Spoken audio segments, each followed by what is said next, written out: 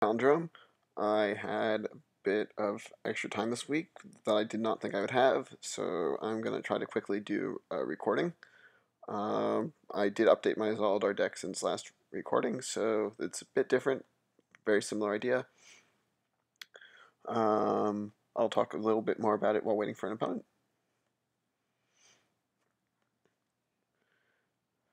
So, the deck itself is still being tested. I've played very few games with it, so I'm going to just more explain my sack choices than why the deck itself. However, it is based off the deck I laddered with originally, which got me to 319. Um, However, at that point, it was still the old Extractor and old Vermin, so I had to change things around a little bit to account for the fact that Extractor is now a 4-drop. So I removed some higher cost cards and added Gargoyle, and I decided to add 2 Exalts. Basically, the idea is put down a tanky ally, hopefully get a Gargoyle or Hulk to stick, put Exaltation on it, and slowly beat them down with it or fairly quickly actually, while you control with your ability.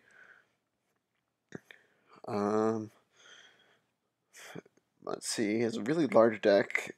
Could mean he's not the greatest player, but it's also been a big thing to just have really large decks right now, so hard to say.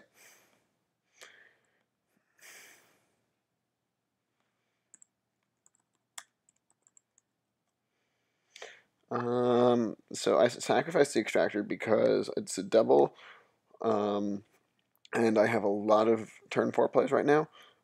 I'm hoping to play Hulk on turn 4, I think. Hulk followed by Exaltation would put him in a very tough spot.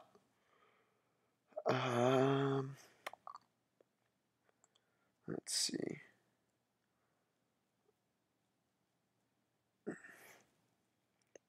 I think Shadow Font.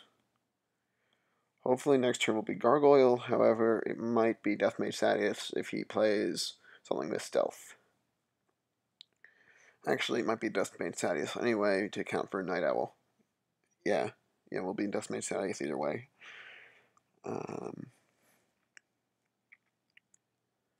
I still kind of want to keep the Gargoyle in my hand no matter what, though, because Exaltation on Gargoyle is a very strong play. So I'm going to play Deathmage Thaddeus over the Gargoyle, even though I would almost always generally prefer a Gargoyle on open board, because he can play Night Owl, and then Deathmage can kill it, Gargoyle can't.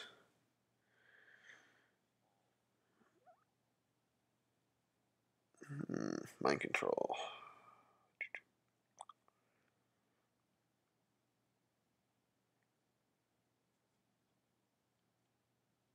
Don't really think I need the Mind Control here. Gonna play down a Hulk. That should secure the board. Though he might kill it with Seductress.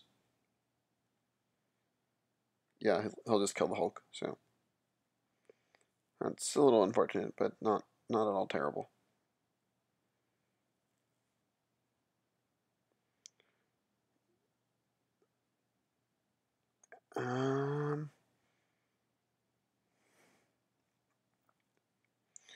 Okay, actually what I think I will do, sacrifice the Gargoyle, play Exaltation on Deathmage, ability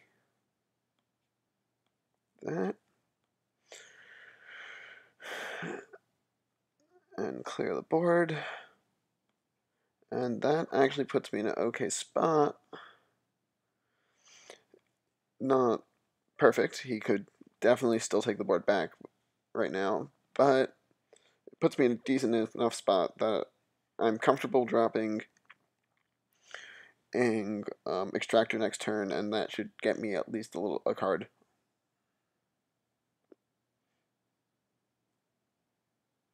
Okay, don't need to sacrifice anything. get that up. And clear his board. Unfortunately, does give him 2 cards, so it's more likely to have things like Ankle Breaker now. But,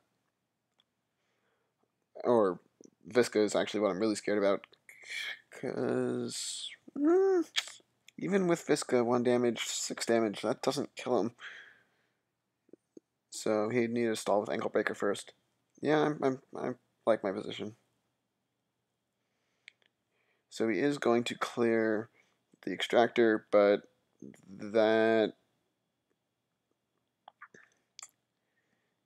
puts him in a pretty lost position. I just throw down Hulk and clear his board.